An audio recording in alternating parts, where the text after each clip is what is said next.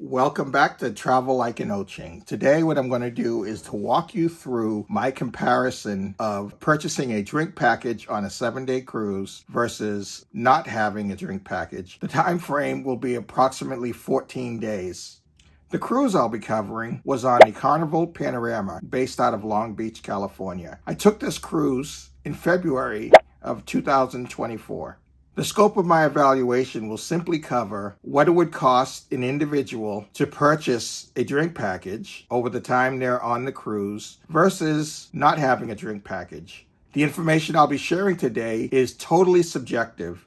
I want to delve into this deeper, so more after this.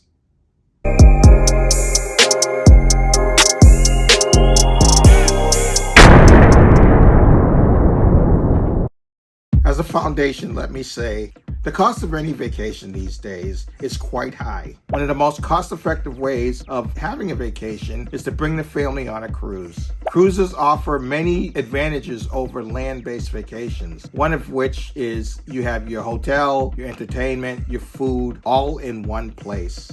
Because of the pandemic, many families did not go on vacation. As a result, there's this pent-up demand to get out with your family and celebrate.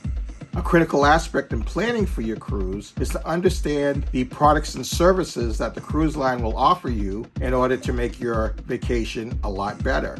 One of those services or one of those options you have available is to be able to pick a drink package. Now, there are two types of drink packages. There is the non-alcoholic drink package and there's the alcoholic drink package. And most cruise lines will have that pretty well defined prior to going on a cruise. Now, that's not to say that you have to buy a drink package. Certainly, you can drink what's available, and there's a lot available. Water, iced tea, various juices, coffee. All of those options are always available for the typical cruiser. However, if you wanted to have things like soda or bottled water or alcoholic beverages, you'll have to consider purchasing those items. I'll tell you, I do like to indulge in adult beverages, but I don't drink a lot. Because I'm on a back-to-back cruise, for the first cruise, I purchased that drink package, and I'll keep a log of the drinks that I've consumed. And on the second cruise, I didn't have the drink package, and I also kept a log of my consumption during that cruise. The way pricing works on most cruise lines today is it's a market-driven demand. What I mean by that is your winter month cruises, your drink package will be lower than peak season during the summer, and it may be slightly lower in the fall. So for example, you may in the middle of winter get a drink package that on average is about $60 a day. That same package midsummer could be as high as $90. So the cruise line really tries to maximize their profit by adjusting prices based off of demand. One point I always make to people who are potentially going cruising is the sooner you know your mix of products and services, the cheaper it can be. What do I mean by that? Well, in all situations, if you know you're going to consume with a drink package, it's always cheaper to purchase your drink package prior to getting on the boat. Anything within a day's purchase of a drink package is going to be the maximum price. In fact, if you don't buy your drink package on their website, on the cruise line's website prior to your cruise, there'll be a cutoff date. I think it's like 3 days before that you have to purchase your drink package prior to getting on the boat. The most expensive option to go with is to wait until the cruise and to buy your drink package on that first day. And the least expensive option is to plan ahead and purchase your cruise package ahead. So the math doesn't get crazy. I'm going to boil the unit of measure, at least for the drink package, down to the per day amount. You can clearly do the math out yourself. So for a 7-day cruise, you just multiply the number I share with you times that number. You factor in 18% gratuity. And it's true.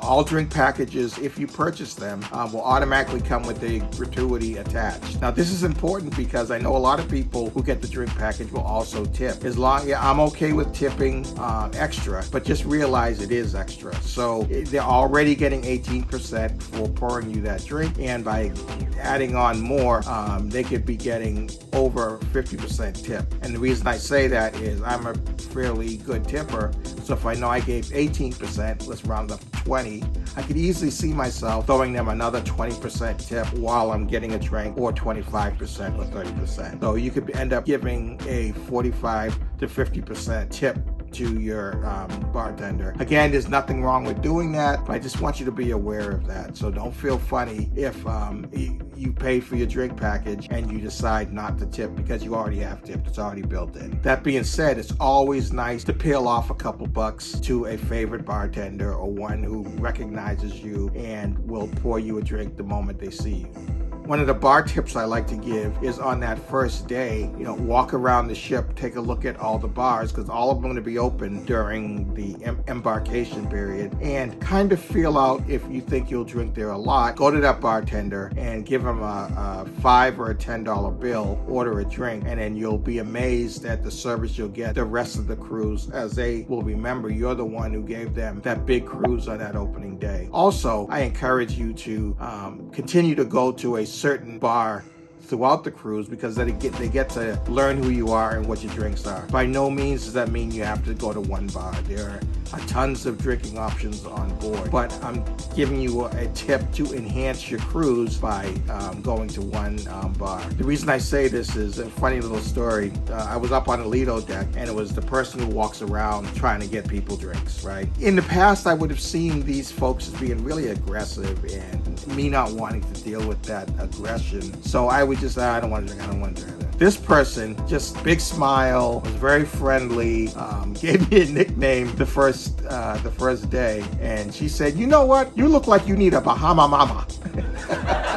So for the rest of that cruise, every single day, she's like, "Are you ready for your Bahama Mama?" And I just laughed and laughed and said, "Sure." Horrible accent, I know. She's from the Philippines. I'm sorry if I'm doing a bad job with the impersonation, but the funniness is still the same. I didn't necessarily want one every day, but because of her bubbly personality and her reaching out and being kind, I decided I'm going to stick with her the rest of the time to befriend a server, give them a good smile or an extra gratuity up front, and they will never forget you throughout the cruise. Okay, so for my cruise, just so we can get it out there, the cost for my drink package was $62 a day, plus the 18% gratuity. On average, I had about 8 drinks a day. One may think that's a lot, but when you break it down, not so much, right? With certain cruise lines, they have rules, and I was on Carnival, and they have a 15 drink per day rule. And you say 15 drinks per day, that's, I paid my money, I want to drink a lot. Well, part of the reason why they do this, and I think it's a good reason. People, when they're on vacation, they tend to forget where they're at, who they are, what they're doing, and they tend to overdo it. They can get very, very drunk even before half the day is over. And then the rest of the time, they're either belligerent or they're really sick, and there's a real danger for alcohol poisoning. There is such thing as too much of a good thing. So they've limited their drink package to 8 a day. And the way I would have a mimosa or 2 in the morning, maybe a Bloody Mary. So we're 3 drinks right there. You come up around, I go to trivia around 11, 12 o'clock, have a couple drinks there. Now we're up to 5. That only gives me 3 more. In the afternoon, certainly you're going to have a cocktail or 2 during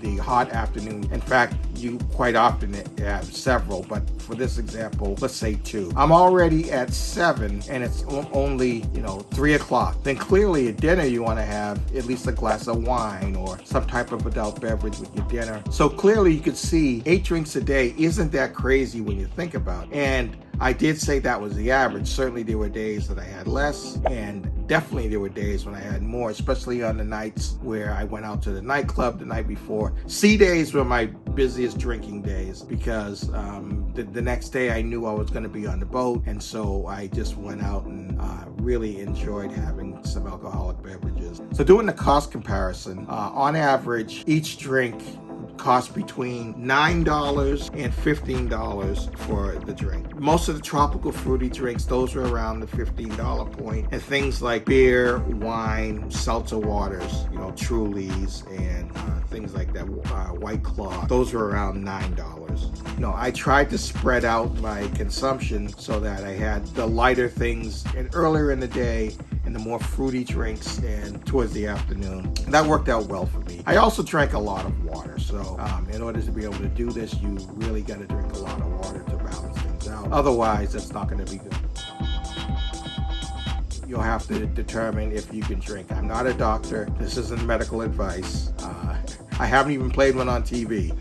But I want to throw that caveat out there that I'm not advocating that you drink. This was an experiment that I did for you guys so you didn't have to do it. Now let me talk to you a little bit about what happened when I was on my second cruise, my second leg of my back-to-back, and I didn't buy the drink package. Well, there was a psychological factor that was going on there because I felt every day that I had to keep track of what I was drinking. I was like, okay, I'm paying for this now. I paid for the drink package, but I'm literally paying for this out of my account, and I'm watching as I drink. And I found myself not having as good a time. And what I mean by that is I was constantly, was that 2 drinks or 3 or 8? How much did I spend? I don't want to spend more than X amount a day. I really didn't like that feeling. Yes, it was cheaper, but it was marginally cheaper because I ended up, instead of buying the fruity drinks that I really enjoyed, I ended up buying a lot of the stuff that, normally I would drink anyway. I felt I had to drink it because they were cheaper. So I found myself drinking a lot of these seltzer, alcohol seltzer waters, the White Claws and the Trulies. I found myself drinking a lot of light beer. I like light beer, but if I had my druthers, I'd rather have Manhattan, Old Fashioned, things of that nature, and those were the more expensive drinks. So I reserved those for later in the evening, where I can get one of those, and I limited my daily consumption to the lighter fare. That being said, I really didn't feel that not having a drink package really benefited me because I really wanted to be able to have a drink when I wanted to have a drink. I always felt that I was constantly paying attention to what I was drinking and when I was drinking and how many I had, as opposed to, oh, I'm thirsty, it's hot, people around me are drinking, let me grab a drink. So, that's one bit of advice for you if you're considering not drinking. The not having a drink package is things like sodas cost money now. Now you would think with all the other options out there, you would be fine. And for the most part you are, because you can get juices, you can get water, that's fine. The other little hack that I want to give you is you have the option of getting a small bottle of water, and most people got small bottles of water. You can get a liter bottle of water, which is much bigger, but it's the same price, especially if you have the drink package. It's just, you can ask for the bigger one. Most people take the smaller one because they don't want to lug around liter bottles with them around there. Another point too is in each of the cabins, there are going to be 2 liters of water. They cost you money. You can look on the tag, it'll tell you that in my room there were $4.95. Now, another hack is, depending on your loyalty status, you may have 1 liter of water for free. So you want to be aware of that and make sure that you don't burn cash by drinking all the water. You could drink it up as much as you want and they'll keep returning it, but it's getting added to your bill as you go. So just, a hot tip, don't just drink the water in your cabin. Be aware that you will be charged for it. The other option there was the cruise line allows you to bring on your own beverages. So for example, you're allowed to bring on a case of Coke or Pepsi or whatever soda you want to drink. You're also allowed to bring a bottle of wine aboard. You can't bring liquor on board. You can't bring vodka or spirits. You can't bring those on board, obviously, because the cruise company wants to sell you those things. But anyway, that is another option you could use to help. If you have if you decided not to get the drink package, you could just bring on some of your own. But you want to check the policy of each cruise line ahead of time. When you bring your beverages on board, don't pack them away and have it delivered to your room later on. You want to carry those in hand so that the cruise line very clearly sees you're not trying to sneak additional beverages on. Okay, so I think I've talked your ear off enough. Let me give you some recommendations. My number one recommendation is if you're planning on drinking, I strongly advise you to get the drink package. I know it seems like it's an extra expense, and it is, but it really will help you not have to worry about what you want to drink on a cruise while you're trying to have fun. My other recommendation is if you do decide to wait, don't buy the package on the first day. Wait a couple days and see if they're going to offer a sale on drinks. Sometimes they'll offer like a punch card. We can buy like 12 drinks at a discount, and those types of deals happen like on the first or second day, C day, that you're going out. In fact, they don't offer these types of discounts shortly after 3 or 4 days, so you'll want to get these 1 or 2 days in. I recommend that you keep your faculties about you. Don't overindulge. Don't get too drunk, because that just causes problems. Whether you're a happy drunk or an angry drunk, if you drink too much, you can really make a spectacle of yourself. So just be aware of that. It's okay if you're not a big drinker. A lot of people don't like to have 8 drinks a day, and that's okay. So if you really feel that you want to drink your onesies and twosies, or you want to just have water or juices or what have you, have at it, and then just buy your drinks individually.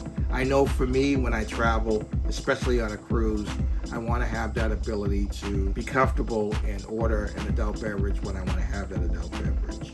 And for me, it makes sense to order a drink package.